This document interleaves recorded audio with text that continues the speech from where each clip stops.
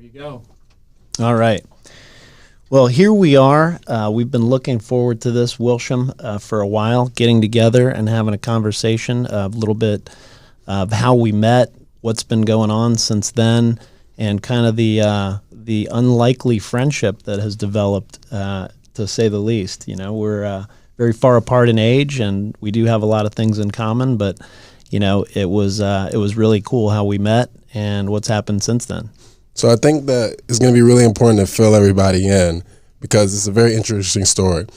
So we just looked it up. It was December 2016. Yep. My good friend was doing the videography for Alan Karji, and he's living in a penthouse downtown. Right. So that was a fun season. I lived in a penthouse downtown and running the business from the penthouse. So needless to say, it was an attraction. I mean, I've been to a lot of different businesses before, and obviously you don't always go up to the very top of an apartment complex to be able to get a custom suit. So for me, as a young person, I mean, flashback 2016, I mean, I'm only 22 now. What's that? I'm 18 years old. You're 18 at that point. And I'm finishing up college. So I come up to this suite, and I have the opportunity to be presented with a suit from someone I just met who happens to be in the same fraternity as me. And that was really the original connection. That's right. We did a great little video on that. It's still on YouTube, and it's still fun to watch that because we had a real kindred spirit right away. I mean, you are a person that is oozing with charisma, and I liked you right away. I found out we were both of the same fraternity, and that you were starting your first year of college. And at that time, I was really starting to become, cognizant of the fact that, my future would involve giving away clothing to people that could use, a nice suit of clothes. I was in such good fortune to find a real good track to run on when I was 18 years old. I sold books. I got into, some really positive thinking, some positive affirmations, things like that really helped develop me as a person. And I think part of it, that resonated to me was if you look good, you feel good. If you feel good, you do good. And so that's really been the foundation of what we've started to do with Suit Up. And I don't want to get ahead of myself, but that's how we met. I gave you a free suit because you were a young man who I thought had a lot of potential. And I thought that, getting a nice custom-made suit at that time, and, just for reference and for perspective, this was a suit that I accidentally made that for somebody where I had to remake it, but the resulting suit that was hanging there on the rack, I thought, wow, that suit that I made for so-and-so would probably just about fit you. And it was really close. I mean, that's your natural knack. I've noticed that you can quite literally look at someone and be able to pretty much determine their size. So that was interesting. And then also having the opportunity to see the other suits while I was there. Right. I mean, it was Billy Donovan's suit? I had a suit for Mike White, who was the successor to Billy Donovan. And yeah, I've always done Billy Donovan's clothes. Billy came to be the basketball coach at the University of Florida right about the time I started with the Tom James Company. So those two things happened at the same time. I'm in Gainesville working for a company called Tom James. So you're going to hear all about Tom James throughout this podcast. And Billy had just become the head coach at the University of Florida. Rick Pitino had bought him some custom shirts from Tom James, and I got the file sent to me. And I called him up and I said, hey, I'm custom clothier in the area with Tom James. He goes, oh my God, get over here. I need some suits. So it was real, serendipitous that way. And I would say that, he became one of the most well-regarded dressers in the NCAA basketball field. He was very often, talked about as being one of the best dressed basketball coaches, and then I was a custom clothier, so it became part of my identity. Aren't you the guy that does Billy Donovan's clothes? So that's how you got the name the Gator Tailor. That's right. That's right. I mean, and then for me, fast forward, being able to have the opportunity to work with you, going down to Gainesville and meeting with those coaches that are there now, I took away a lot of knowledge of just interacting within that field. I mean, it's different being an athlete. I mean, I played 5 sports in high school. And your mom's a basketball coach. National championship winning girls basketball coach. Shout out Sheila Pennick. That's my baby. But for me, I think that going from being someone involved in sports to actually taking the time to, think about what would someone in this field want to wear. It needs to be comfortable. It needs to be stylish. But then also having that opportunity to even interact with those type of people on that level. So for me, it was a major confidence boost to know that I had something that they needed. And that is what really propelled me to grow within myself going forward. And that's why I really think that becoming a clothier or developing a trade in that sense is very, very powerful, especially for a young person and a young entrepreneur. Well, and backing up, I really wanted to stay in touch with you. You went off to FSU. You're in your first year at FSU. And we had had that exchange and friendship kind of fire up. And you had a suit from us. And so we stayed in touch, and I kind of tracked you through college and so forth, and stayed interested and involved in your life at least a little bit. And then lo and behold, after you graduated, we had a little talk, and we decided to make a formal arrangement where you'd come on board and become a clothier.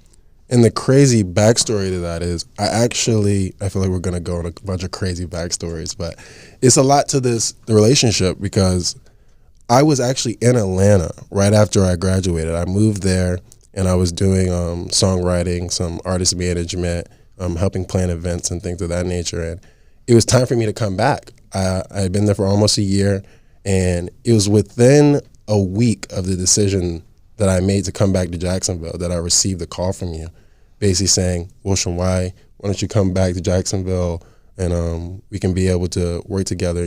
I want to teach you how to become a clothier. And I know that it's very cliche to say the stars aligned for it to happen, but in this sense, it really happened like that. And I was able to have that opportunity to be able to come back and be able to do something immediately that I already had a passion for. So for that, I'm definitely grateful. Yeah, and you were immediately very good at it. I think you had a real knack for the clothing. You enjoyed the design. You're very creative. You're a musician. You're a lot of different things. You're an artist, basically. And clothing and designing clothing is somewhat of an art. There's an absolute art to it. It is artistic. And so it was, I think, very fun to mentor you through that beginning time frame where you were so excited about things and you were starting to deal with more and more customers. And here you are, 22 now, and you were dealing with CEOs of companies. I was sending you out to see people who were millionaires, basically, and and one billionaire and a billionaire, and doing that, in large part on your own. So very, very quickly on. So you took to it very well. And I think that's one of the points I want to make, in general about the clothing business. There's so many good things about it, but one of them is definitely the people that you get to work with, the people that you serve, because by definition, the people that you're going to be making clothes for as a custom clothier in your community are the pillars of the community. They are the people, the movers, the shakers, the people who are making it happen. They're the people who kind of want new suits all the time and have both the need and the passion and the interest and for that professionally. So, by definition, you're really working with kind of a great clientele. And so that's one definite aspect. I'm sure, there was a lot of things about it seems like that you liked. Well, just to expand on that, it's really the whole concept of the power of association and being able to have conversations with those people, and being so young, having them so different lessons into my life was even equally as beneficial as being able to make the income that I was at that young. Right. So, well, what I found, when I was 25 and I was starting in the clothing business, I always had a good sense of style. I always dressed well. And so much like you as a 22-year-old, there aren't a lot of things that a 50-year-old guy or a 45-year-old guy would want to take my advice about. But what looked good and what looked good on and, what might look good on me and so forth, that was not a stretch. In other words, I could have some instant credibility without, all of the years. In other words, I didn't have to be 40, 50 years old to speak knowledgeably about what would look good, in my opinion. So I found that I slipped into that role very well, very easily, even though I was much younger than the people that could afford the clothes that I was selling.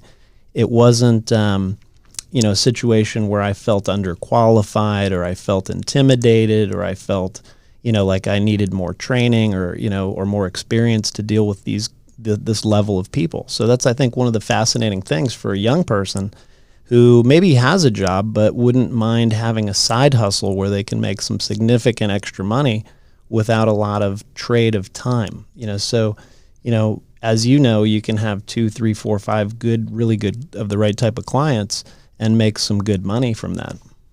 And that leads us to talk about the whole concept of the side hustle in general. Mm-hmm. I think that's a hot topic right now because everyone feels as if you have some time, you have some free time where you're not really creating value in that time. So having the opportunity to create an income in your free time, especially if it's something that you're passionate about, it's almost a no-brainer. Why not? Right. Right. And I think that what you said there at the end is key. Why wouldn't your side hustle be something that you're already passionate about, something that you're already interested in, something that you can get excited about visibly? And that certainly makes a good career in general. And I think as a side gig, you have sort of built-in energy for something that you're passionate about. I'm really excited about the next 3 to 5 years as far as small business goes, as far as entrepreneurship goes, simply because we have this young generation that's coming up. They, like you said, they have that energy, they have that passion, and a lot of people want to create their own hours. I mean, right. We're in a position in the time right now where you have more people wanting to work from home. So if you want to work from home and you want to have that freedom to do so, you have to be invested into something that you can create value from wherever you are. That's right. And that's one of the reasons so many women who are moms, they are attracted to being, say, a realtor, because it's all appointment based. They can set their own schedule. They can, fit their job around their life instead of trying to fit their life around their job, and, really dictate, the terms on which they professionally do business. They can set their own hours and have their own parameters. And, on that note, I think there's a lot of demographics that being a clothier would potentially really be a good fit. And I think, that female who is very put together, has a good presence, very elegant, has a good sense of style, and who is ready to rock and roll and hustle and work hard could fall into a role of being a clothier and an advisor for men very, very easily. It's very, very natural for a woman to be giving advice to a man on how he looks and how he ought to dress and how he ought to spend his money on clothing. And one point that you just made that I think that we need to reiterate for those that are listening is that aspect of working hard. And we say that in a sense where it's very casual for us because we're naturally entrepreneur go-getters. What do you think would be one way to train your mind in order to work hard for what you want? We talked about the positive mindset. We talked about those type of habits that you established when you were working and selling books. So what was one thing, that's even a question for me to ask you that I've been wanting to, was one thing that you have noticed has really helped you create that desire to work hard for what you want? Well, being in business for yourself is a big part of it, because naturally the rewards of what you do and the there's a greater percentage or a greater share of what you produce that comes to you personally. So there's more at stake. But aside from that, keeping a positive mindset is critical. And I think that has, there's a lot to that. I was fortunate enough to read some great books when I was young about positive affirmations. One of the things that I feel very strongly about is the self-talk that people have. People have an ongoing dialogue in their head, no matter what. You talk to yourself and you either say, I'm going to make this shot, or I'm going to miss this putt, or I'm going to, I'm going to kill it today, or, wow, you're so stupid. You say these things to yourself, and the problem is that good or bad, you believe them right away. So you start to become, you start to believe what it is that you're saying. So if you're going to have an internal dialogue, why not have it be a positive one? The power of the subconscious mind. That's right. That's right. What you repeat over and over and over again. And, I think it was Zig Ziglar who said you can act your way into proper thinking before much or easier than you can think your way into proper acting. So, sometimes the doing of something precedes actually enjoying it or feeling good about it or even being enthusiastic about it. You simply do it, and then the enthusiasm kind of catches up with you. And that's one thing that is transferred into what I'm doing now. I'm working with the Foundation for Ascension St. Vincent's, and I've noticed that having that I can do attitude is so important with everything, any venture that you involve yourself in, and not being afraid to take that step and maybe make that call or send that email, because you never know the type of connection that you're able to establish. And for me, that was one thing as a young person that I had to get over, and I'm just really grateful for that. Yeah. And I want to tell you, I'm really proud of you, by the way, for getting that job and being, in that position at your age. Here you are at, your age 20. Are you 23 yet? 22. 22 until still. August. So still 22 years old. And you're in this very, very visible job with the charitable giving with a major hospital. And you're out dressing everybody. All the guys who've been, who are senior level management are looking at you like, hey, does this look good? And you're becoming well known over there. So I'm just really proud of you. Naturally, when you decided to go that direction, and not be a full-time clothier anymore, I was a little bit like, oh man, but I'm very proud of the direction you're going in. And I think, given some of the things we've talked about, suiting up babies and clothing, clothing young men who could really deserve a new suit. I think there's a lot coming up for you and I in this city that we live in this community where we can really make an impact and, really probably, I remember a guy here in town, Darnell Smith, who's it's my guy, highly placed executive at Florida Blue here in town. And he said, we were talking about suit up, and he said, are you prepared for some of these young men to want to do what you do? And I thought it was a pretty wise thing, because he said, when they start seeing the suits and you trying them on and you helping them out, they're actually going to start looking at what you do as what they'd like to do. And I wasn't really ready for, I hadn't thought of that. And it just got me thinking a little bit more down the direction of, I had such a great experience looking back on it with Southwestern, because I sold books door to door 80 hours a week, to pay my way through school. And that builds a lot of character. And some of these young men, as my kids got to the age where they were like in their, early 20s, they haven't really had that track to run on, that place, that proving ground, that place to go and really show what they can do. And I feel like being a clothier is a perfect vehicle for somebody like that. And I like the conversation that we recently had where we were trying to think about the mission and really make that clear and concise for people. And I like how we came up with empowering entrepreneurs through clothing. Right. And for me, reflecting on that now, it just makes so much sense, because you have the ability to create something for yourself. Now it's just up to you to take a hold of it, make the best of it, put in the work to make it happen. And not only are you impacting yourself, but you also have the ability to impact the community as well.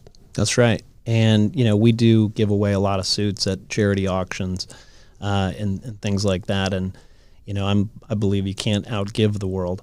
And so what you give comes back into your life. So I've always been real generous about giving away clothes for charitable causes. And so it's exciting that you're in the position that you're in, because I that golf tournament's coming up, and different opportunities we'll have to to not only do good, but to highlight my brand, highlight your brand and the company that you work for, and put everybody, in a positive light, and just really make people feel good all at the same time.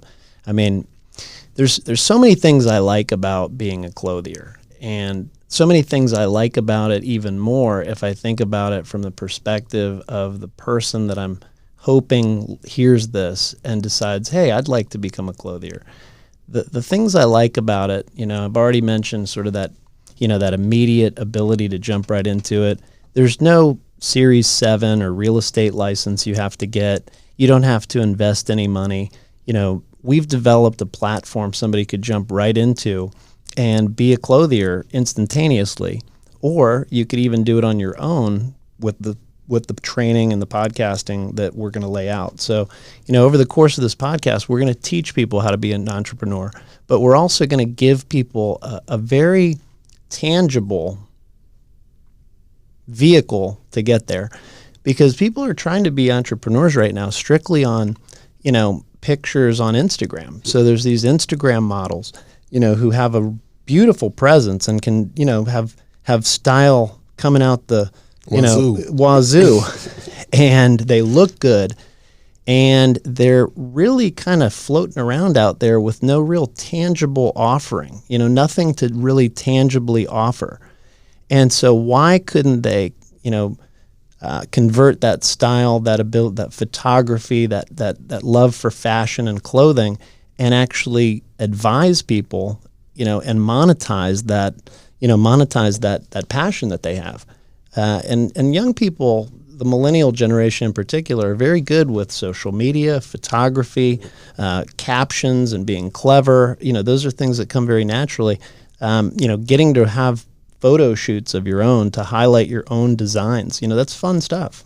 I like what you said about having the appropriate vehicle. It's just like you can only get so far in your car. I mean, you can go from Florida to California, but if you're trying to get to Hawaii, we don't have a car that can drive in the water yet. Right. So it's unfortunate you have to change your vehicle. So having the opportunity to change your vehicle and making it, like we said, very tangible, very accessible is major. Well, it's a young person could have a legitimate offering right away with, high-end clothing that really fits and, well priced and so forth. The other thing I like about it is the aspect of really being in control of your own destiny, your own time, your own space, choosing who you want to work with, when you want to work, being able to run a business essentially from their home. If that's, there's not an office necessary, at least not getting started as you're getting started.